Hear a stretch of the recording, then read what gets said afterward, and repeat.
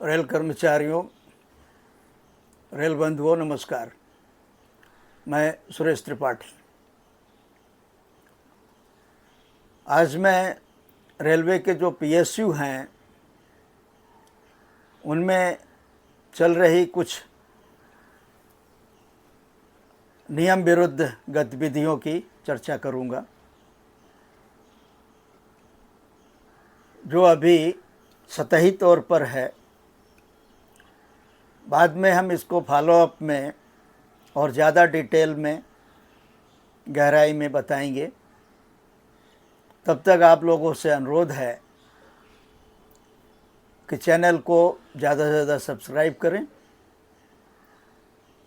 अपने लोगों से करवाएं, शेयर करें, जागरूकता बढ़ाएं, जानकारी पहुंचाएं और अपनी आवाज़ उठाएं। बिना आवाज़ उठाए कुछ नहीं होगा।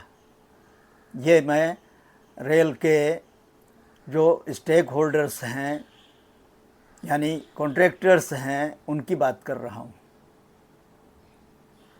बिना आवाज़ उठाए आपकी बात कोई सुनने वाला नहीं है।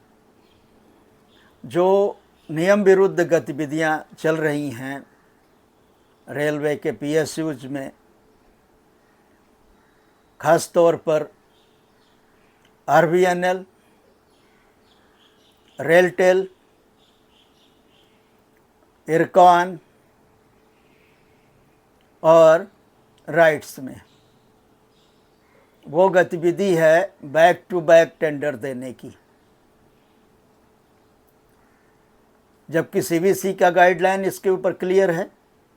ये बात मैं एमआरसीएल के नॉलेज में बहुत पहले ला चुका हूँ। जब पीयूष गोयल रेल मंत्री थे, उस समय सुप्रीम कोर्ट का एक डायरेक्शन आया, निर्णय आया इस पर, जिसमें सुप्रीम कोर्ट ने साफ साफ कहा है। मैं वो सुप्रीम कोर्ट का डिसीजन अगले उसमें अपडेट करूँगा, शेयर करूँगा। मगर उसमें जो संक्षिप्त में बता रहा हूँ, सुप्रीम कोर्ट ने जो डायरेक्शन दिया है वो ये कि आप बैक टू बैक नहीं दे सकते हैं। आपको टेंडर करना है और उसके हिसाब से पार्टी का चयन करना है किसको टेंडर जाएगा। आप बैक टू बैक नहीं दे सकते। ये सीबीसी की भी गाइडलाइन क्लियर है और सुप्रीम कोर्ट का गाइडेंस भी अब क्लियर है। इसी डिसीजन, सुप्रीम कोर्ट के इसी डिसीजन के आलोक में पीयूष गोयल ने अपने टाइम में ये डिसीजन लिया था कि अब रेलवे के किसी पीएसयू को टेंडर्स का, प्रोजेक्ट्स का कोटा अलॉट नहीं होगा। वो भी अब रेल की बिडिंग में बिडर्स होंगे, यानी टेंडर प्रक्रिया में शामिल होंगे, टेंडर करेंगे।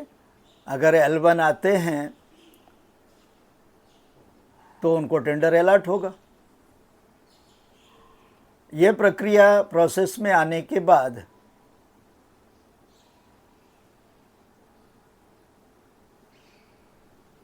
भी बैक टू बैक बंद नहीं हुआ। अब ये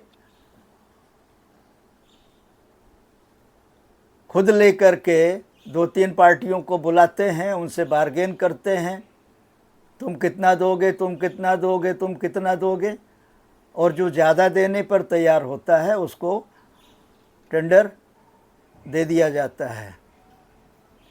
मगर इसकी जानकारी संबंधित पीएसयू की वेबसाइट पर नहीं होती है।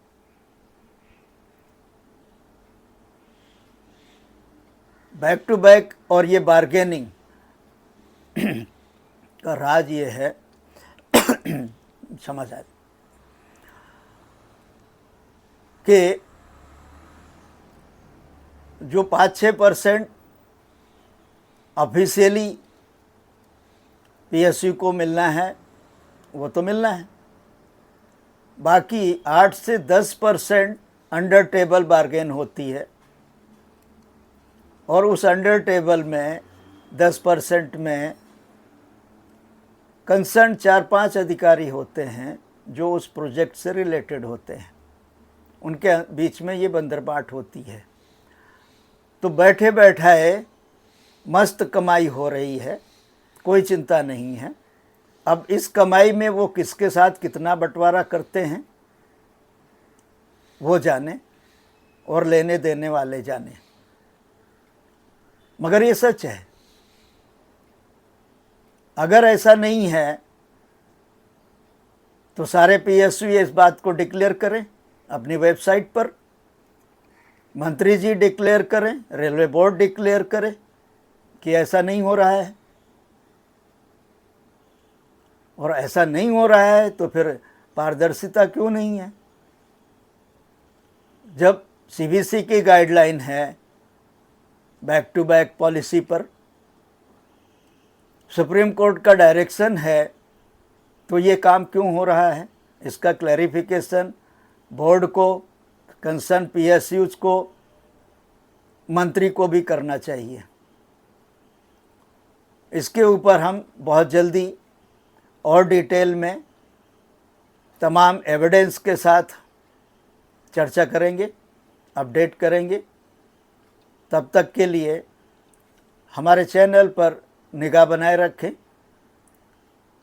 और इसको ज़्यादा से ज़्यादा शेयर करने और सब्सक्राइब करने का प्रयास करें। यही निवेदन है। धन्यवाद।